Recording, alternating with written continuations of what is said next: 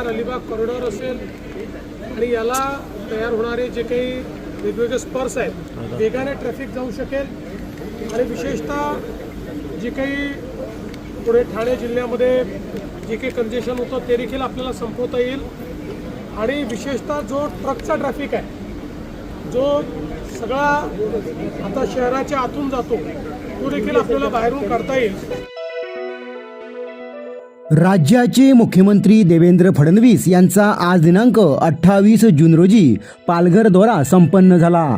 या दौऱ्यामध्ये त्यांनी कार्यान्वित होत असलेल्या विविध केंद्रीय प्रकल्पांची पाहणी करून सुरू असलेल्या कामांचा आढावा घेतला। महाराष्ट्र व गुजरात राज्याला जोडणारा मुंबई वडोदरा एक्सप्रेसवे हा महत्त्वपूर्ण प्रकल्प असून या प्रकल्पाचे 90% काम पूर्ण झाले आहे। या प्रकल्पाची पाहणी विरार पूर्वेकडील शिरसाड नाका येथे मुख्यमंत्री देवेंद्र फडणवीस यांनी केली। मुंबई अहमदाबाद महामार्गाला जोडणाऱ्या शिरसाड कोपर येथील मुंबई वडोदरा एक्सप्रेसवेच्या इंटर जंक्शनची पाहणी यावेळी त्यांनी केली। तसेच समुद्र किनारी येणाऱ्या उत्तन विरार सी लिंकबाबत कामाची पाहणी केली। यावेळी बोलताना मुख्यमंत्री देवेंद्र फडणवीस यांनी मुंबई वडोदरा हा महत्त्वपूर्ण एक्सप्रेसवे असून हा एक्सप्रेसवे सुरू झाल्यानंतर ठाणे व पालघर जिल्ह्यातील वाहतूक कोंडी मोठ्या प्रमाणात सुटून दळणवळण जलद गतीने होणार आहे असे सांगून लवकरच या एक्सप्रेसवेचे लोकार्पण करण्यात येणार असल्याचे प्रसार माध्यमांशी बोलताना त्यांनी सांगितले। पाहूया काय सांगाल?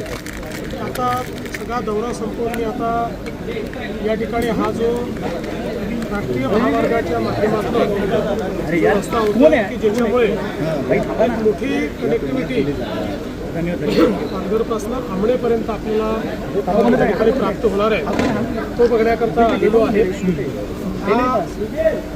थोडा नीचे दे विरार अलिबाग कॉरिडॉर असेल आणि याला तयार होणारे जे काही वेगवेगळे स्पर्स आहेत मुकेश थोड़ा नीचे ना खूप मोठ्या प्रमाणात मुकेश थोड़ा नीचे ऐसा हाँ ये वेगाने ट्रॅफिक जाऊ शकेल आणि विशेषतः जे काही पुढे ठाणे जिल्ह्यामध्ये जे काही कंजेशन होतं ते देखील आपल्याला संपवता येईल आणि विशेषतः जो ट्रकचा ट्रॅफिक आहे जो सगळा आता शहराच्या आतून जातो तो देखील आपल्याला बाहेरून काढता येईल।